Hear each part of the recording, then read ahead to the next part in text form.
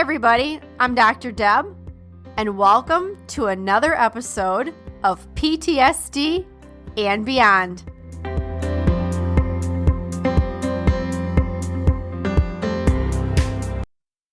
Welcome to the PTSD and Beyond podcast, where we give you insights into post-traumatic stress, trauma recovery, healing, and beyond. I'm Dr. Deb Lindh, and in each episode, I have a conversation with a guest who will stimulate your mind, touch your heart, and connect with your spirit, and also give you a greater understanding of yourself and others on this healing and recovery journey walked by so many of us before, wounded healers with lived experience and heroes. Hopefully, we'll also provide a glimpse into possibilities and purpose, hope, and inspiration. Thanks for listening and enjoy the podcast. One last thing, guys, before we dive into today's episode, if you'd like an ad-free experience and like early access to new episodes and special events, I want to let you know you can join us at patreon.com. That is patreon.com/PTSD and Beyond. All right, let's do it.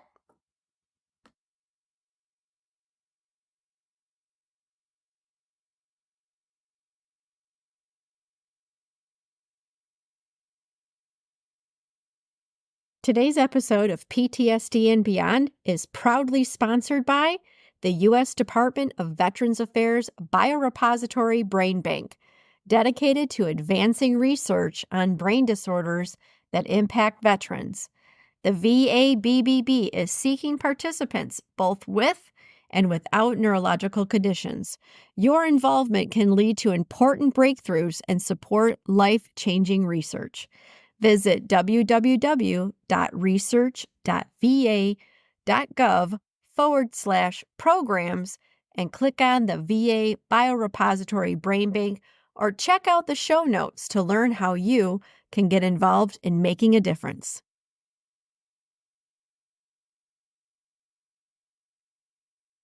Hey everyone, it's Dr. Deb here with PTSD and Beyond. I want to have a conversation about something that is born out of, yep, you got it, another breakthrough. All right, you guys, on my healing journey, I had another awareness moment and a breakthrough, and I'm really excited to share it with everybody. I might even laugh because I will admit that there were some tears. Yes, there were some tears. There were some tears, not of sadness, but tears of relief. And today's topic I want to talk about is skepticism. Skepticism and reclaiming your power. Now, we've all engaged with a person who is skeptical. We've all had this experience where we can talk to somebody and we can provide the laundry list of facts, the laundry list of reasons why what we're saying is actually true. And we're met with, yeah, no, not so much. What I mean by that is the no.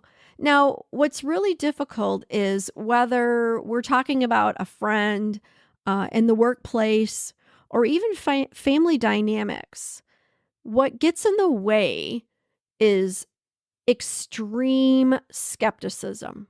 And extreme skepticism is also known as it's not good enough. And it's also further known as it will never be good enough. This continuous, never-ending extreme skepticism. So what happens when someone's doubts, when someone's beliefs cross the line from I want to be assured to extreme skepticism that turns into manipulation and even gaslighting? So this breakthrough for me is massive. And I'm sharing it because it might be massive for someone else. It might be massive for somebody else. I mean, that's why, people share their lived experience stories along with our struggles and our successes, because you know what? It just might make a difference for a person.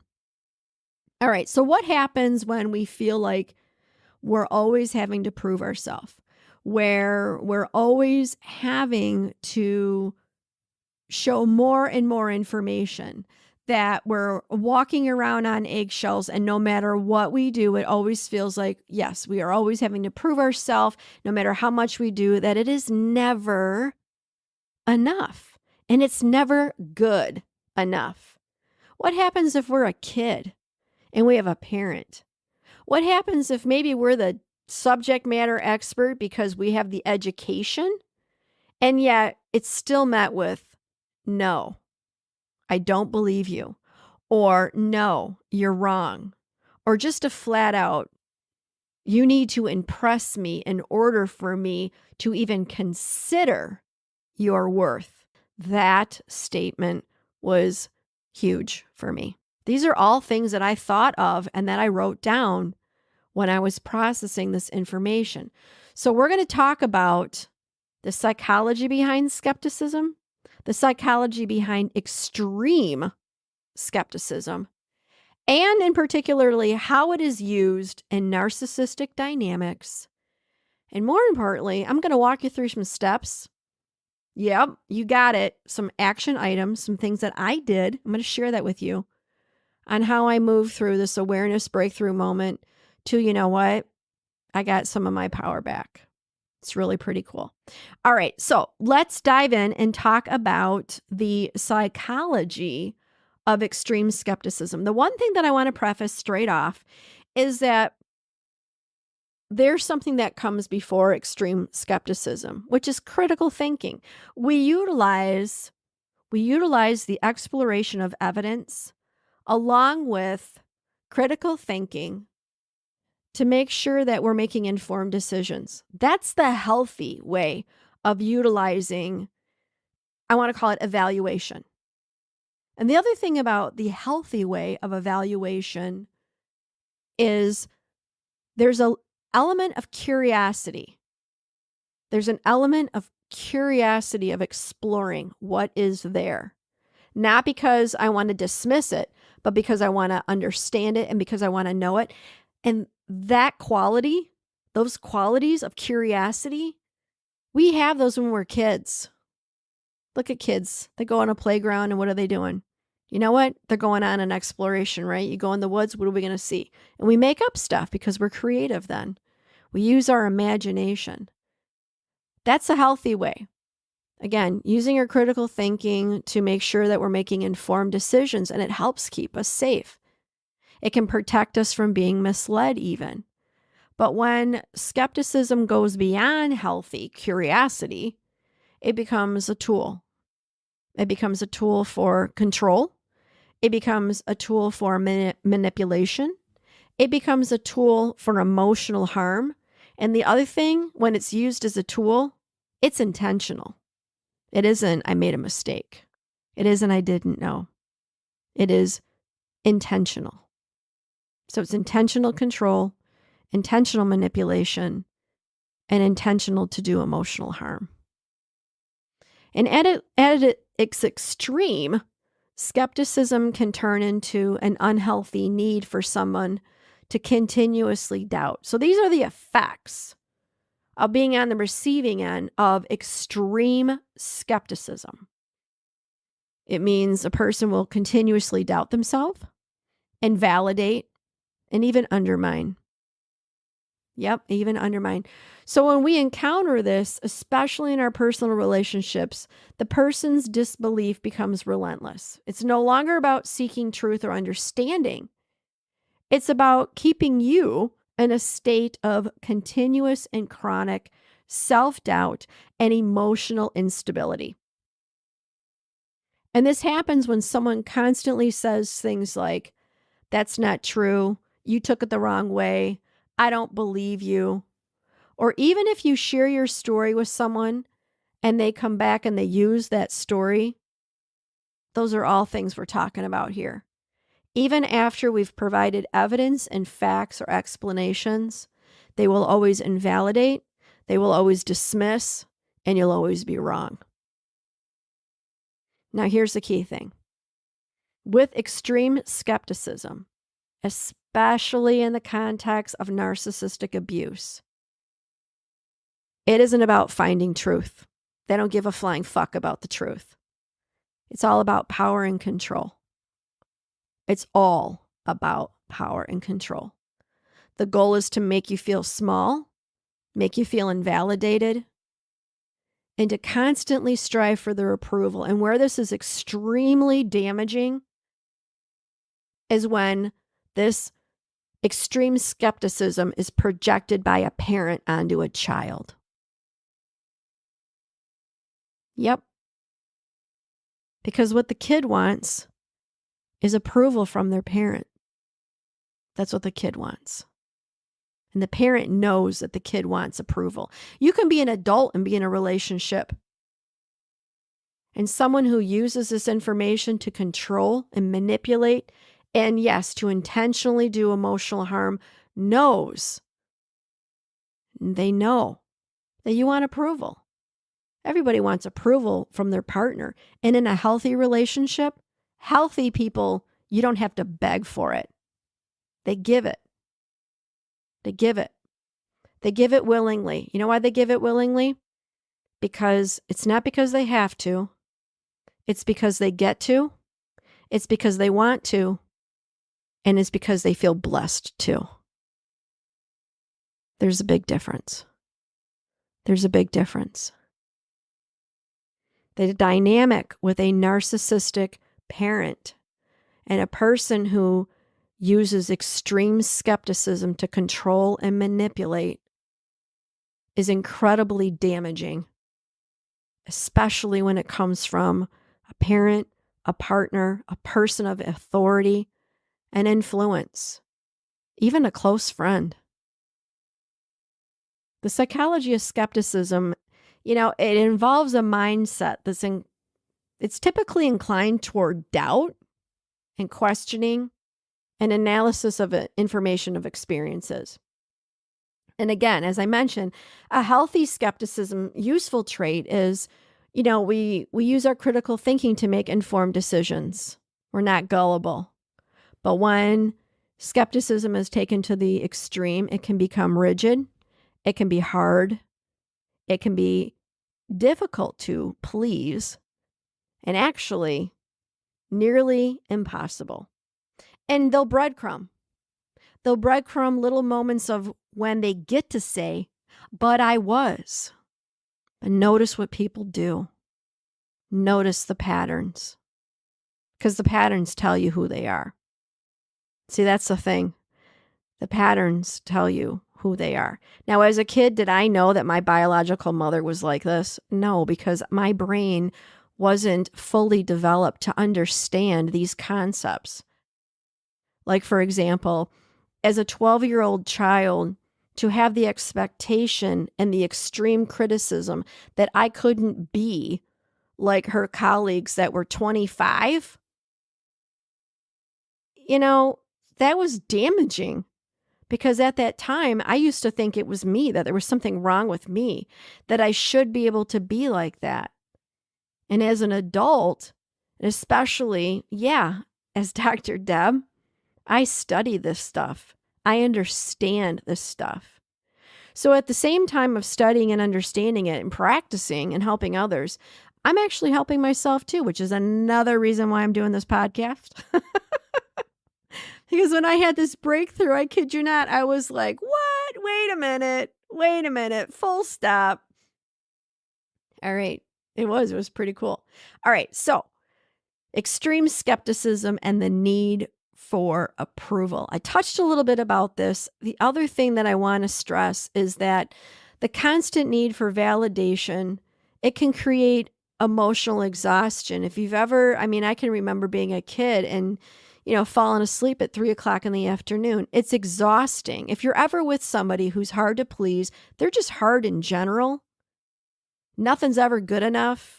They got to adorn themselves with all sorts of shit because they can't make up for what they are inside because they haven't done the work. It's fucking exhausting. It's absolutely exhausting. And you know what else? It's exhausting for the person who's experiencing it as well as people around them. You know it is. People get exhausted by dealing with narcissistic abuse and extreme skepticism. So we do know again, that it's a form of emotional manipulation, and it feeds on a cycle. It's a never-ending cycle unless you get a cycle breaker, unless there's a full stop pause and you're doing the work, right? And you have these awareness moments. So if you've ever experienced this with a narcissistic parent or a narcissistic partner, you might recognize how their skepticism is less about the evidence and more about getting you to explain and explain and explain and explain and explain. But no matter how much you prove, no matter how much information you have, no matter how many facts you have, no matter what you've got, they will always find a way to twist it, to dismiss it, to invalidate it, to point the finger and to laugh at you, to impose that you are not worth it, that you are less than. And until you have that breakthrough moment to see that it was never about you and it is all about them, you've been carrying a bag that doesn't belong to you. And that's the other part of this breakthrough moment for me. That's the other thing. It's so painful when children grow up in a household where they're constantly invalidated. They constantly have to prove their worth. They constantly have to prove that they know something, that they are knowledgeable. And if you ever get to the point where you say to yourself, I feel like I'm going crazy, or you're going back and you're writing shit down, you're keeping a log of what you did say and what you didn't say. And even if you do show it, no, that's not what I said this, they'll invalidate that too. Because again, it's not about the information. It's about the control. And it keeps a person in a perpetual state of seeking validation while eroding your own self-trust, your own self-worth, and in some cases, your own identity. Your own identity. Now, I want to talk to the adult children out here with narcissistic parents, because this form of emotional manipulation and control, it means that we've been on the receiving end of parents who are extremely critical, demanding, dismissive, and not only dismissive of our feelings, but they were dismissive of our basic needs along with our achievements. People may not know that it took me 10 years to get my undergraduate degree, and this was a time before we had online education. And within that 10 years, there was no support. What I did hear over and over was, you've been in school long enough, you could have been a doctor by now. I never heard once, I'm proud of you for keep going. I'm proud of you that you've not quit. Not one time did I ever hear that. Not once. And I share that because on my graduation day, again, narcissistic people can never have the spotlight on someone else. They'll always do something to ruin it and then blame you for it. But that day, they tried ruining that day. They sure did. But you want to know what? Whenever I think to myself, can I do something? Am I determined? Do I have determination? Am I disciplined? And those are all questions that link back to this narcissistic abuse with extreme criticism. Those are the kinds of self-questions, again, linking back to self-doubt. I always say to myself, you know what, Deb? You finished that degree. You did not quit. You are not a quitter. You want to know who you are? Go back and remember who you are. And remember that, yeah, you know what? You did finish that education. Damn right. Oh my gosh. I know. I'm like so empowered today. That's the other thing about this breakthrough, guys. And I say guys in the general terms, is it is so liberating. It is so liberating. Sometimes you have breakthrough moments and it's like, oh my gosh, what's coming next? What is going to be on the other side? And I can't stress it enough. Know who you are. Remember who you are. It is so freeing and so liberating. And like Dr. Pam Hall said in the last episode of PTSD and Beyond, we talked about PTSD Unplugged. Doing the work is hard. Not doing the work is harder. Not doing the work is harder. All right. So there are some things, again, speaking back to the adult children that had narcissistic parents and growing up in a toxic home environment, along with their enablers and their other abusers, because they were looking for approval. So they did shit that they should have never did. There are some things that, come to play, like chronic devaluation. So that means any effort that the kid did, it was belittled by the parent. And what ended up happening is then the child questioned their worth. They questioned and had a lot of doubt about themselves, and maybe even still live with the sense of never being good enough. And I want you guys to go back and go listen to Dr. Carol McBride's episode on her book, Will I Ever Be Good Enough? The other thing that happens is invalidation. So things are dismissed, discarded. You'll hear about somebody else. Oh, you'll even hear about their woes. Let me tell you about me. And what happens is then as kids, we start questioning our own reality, and yet our own mind is so fragile, and again, can't think like an adult. We start doubting ourselves on simple things, and they know it. Again, it's intentional. I think one of the most damaging things is emotional withholding. So they withhold praise, affection. Yep, affection, any type of validation, leaving the kid and the child constantly striving for approval. That rarely comes, remember, it's breadcrumbed. And people, adults who behave this way, do the same thing. They withhold praise, they withhold affection, they will take things that don't belong to them, they'll keep things that don't belong to them. Because what they want to do is they want to inflict pain. Again, it is intentional. It's not a mistake. It is intentional. It is, I want to cause pain and harm to this person. And I know that I am, and I'm okay with it. Some even seek pleasure from it. Some do. Yep, emotional withholding. Now, what do we do as adults? What do we do as adults? We recognize a few things. One is we recognize when we're being hypervigilant, because we are hyper aware of criticism. We're hyper aware of when something is said. When people say, well, don't take it so personally. Well, if you've had a background, you're conditioned this way, you're going to take it personally because it was made about you when you were growing up.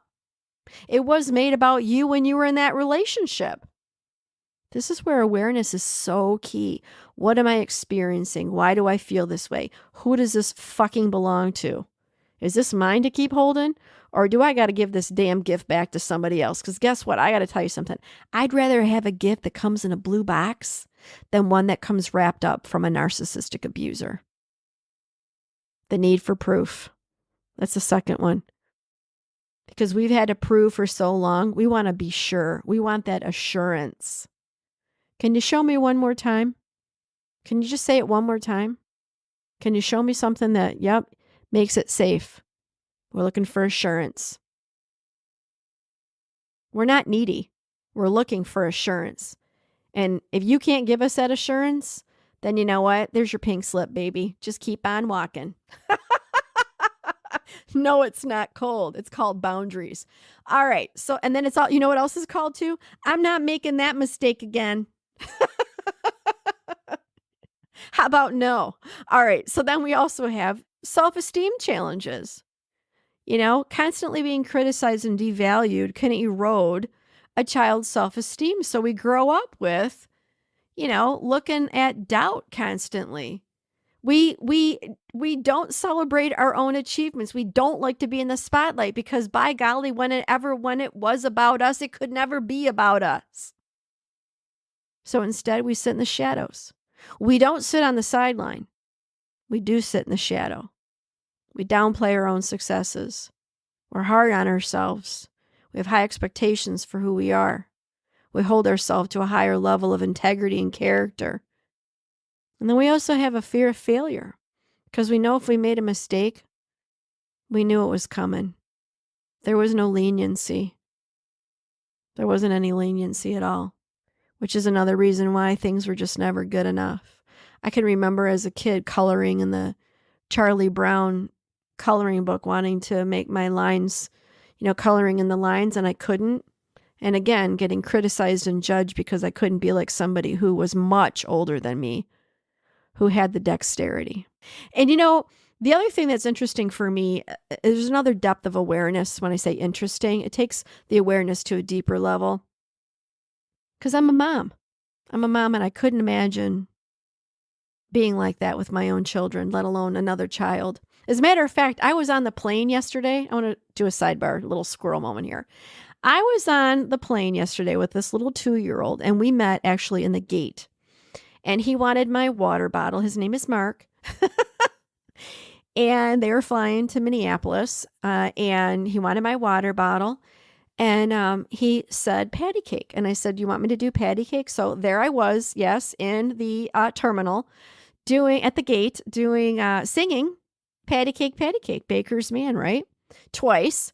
And then we did the hokey pokey 3 times. And after the 3rd time, I said, nope, I need a quarter. But the cool thing was I sat in the same row, and he recognized me, and it was very enjoyable. And why I share this squirrel moment is that how do you know you've broken your own cycle and you've parented your inner child? You can look at 2 things. One is, how do you treat your own kids? What do you do for your own children? Have you given your kids a clean slate? Will they never experience what you've experienced? I would never speak the words to my kids that my biological mother has said to me. Never. Would never happen. And I would never want my children to feel that way. And I wouldn't want any kid in the world to feel that way. Whether you're a 2-year-old little Mark, or maybe you're somewhere in between 90. I would never want anybody to feel that way, which is another reason why I'm sharing this podcast episode. Because I hope it matters to someone. Now, what do we do when we're faced with these relationships in the workplace? That can be really difficult too. So these extreme skepticisms just don't show up in family dynamics. They actually can emerge in the workplace with someone who undermines ideas or questions your experiences or acts like nothing's ever good enough and you never prove enough and you never produce enough. It can be reactive to old wounds. And why I bring this up is the whole world is going to have someone who's going to touch a sensitive spot that's going to go, you know what? That hurt. That reminds me of. And there are things that we can do when we recognize someone's touched a sensitive spot that's an old wound.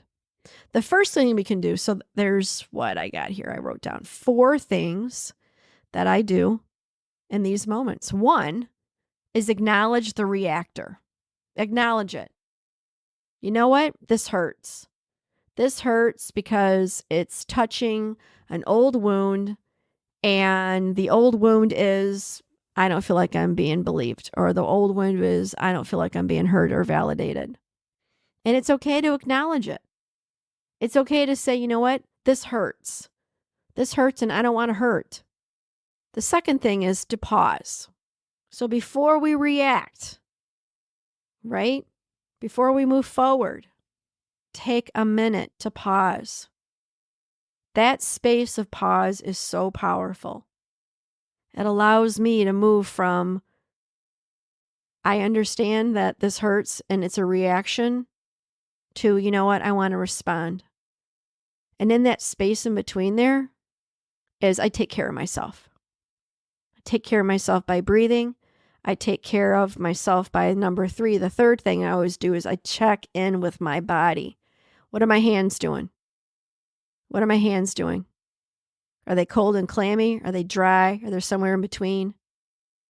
Where's there tension in my body? Are my shoulders tight? Do a quick body scan and notice where the tension's being held. And then what I do is I provide extra tenderness and kindness to myself in that area. Because that's where I'm holding the stress. And I want to release it. And I do that just by breathing, just focusing on my breathing. The other thing I do while I'm breathing is I use a grounding technique. It's a 5-4-3-2-1 technique. People might have heard about it already. It's a great way to ground, especially, when we need something, we need a tool. So what it is we identify 5 things I can see, 4 things I can touch, 3 things I can hear, 2 things I can smell, and 1 thing I can taste. So now, you need to prepare, okay? I always keep a little kit with me of something that I can smell, which is altoids and essential oils. And the other thing is, the altoids also are something that I can taste. So I can smell the peppermint, I can smell my essential oils. I can also touch 4 different things, whether it's a button, 2 different buttons, doesn't matter. You have something with you. Your shoelace, your shoe, a button, your collar on your shirt, your sleeve, fabric, your purse, your wallet. There's always something with you. The chair. There's always something around us that we can touch. And there's always something that we can see. And the hear piece, the hearing, there's many people around us usually. You can identify different voices. You can also identify different sounds. Maybe someone's clinging a glass. Maybe someone's moving a cup. Maybe you, have something that you can snap. Maybe it's beads that you can move around. There's always something we can hear. A bird, something. The leaves rustling. There's always something. The 5-4-3-2-1 technique. Those are things that I do for myself and that I did for myself. Now, I also want to mention about the release piece. Sometimes I put things in a fuck it bucket and sometimes I give things back to the person. And this was something that I gave back. I was like, yeah, no, we're not holding on to this one. This wasn't my gift. This is something that I've been holding on and I'm going to let this one go. And how did I do that? There's 7 steps. The first one is I got to be aware of what's the reactor. When I feel it and I recognize it, what is it? Put a label on it. Then where did it come from? Who's the source? Who is it? Think their name. So identify the source. Who does it belong to? Again, pause and create a space. Just gently breathe naturally on your own. When I'm in that space of pause, then the first thing that I do? I don't lash out. There's no lashing out. First thing I do is I take care of myself. I give myself the gift of love.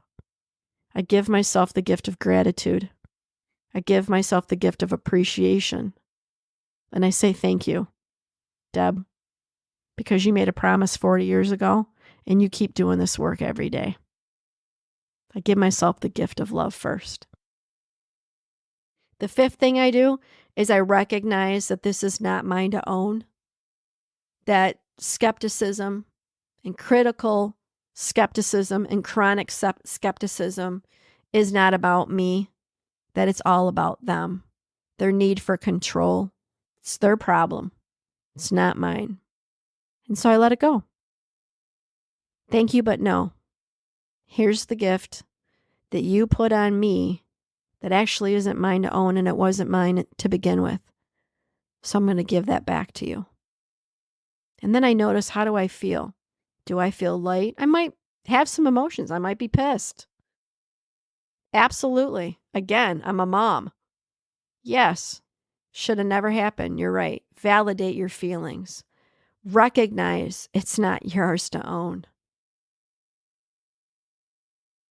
And the other thing that I do at this point is releasing the tension, the anger, the stress. I have a longer exhalation than I do my inhalation. And I notice that the longer my exhale is, the more that the tension, it goes away in my body. And then I do another pause and I notice how I feel.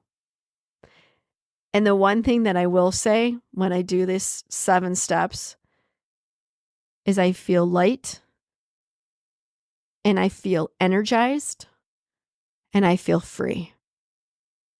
I experience freedom every time I have a breakthrough. No matter how hard it is, I always experience freedom. And I wouldn't have it any other way.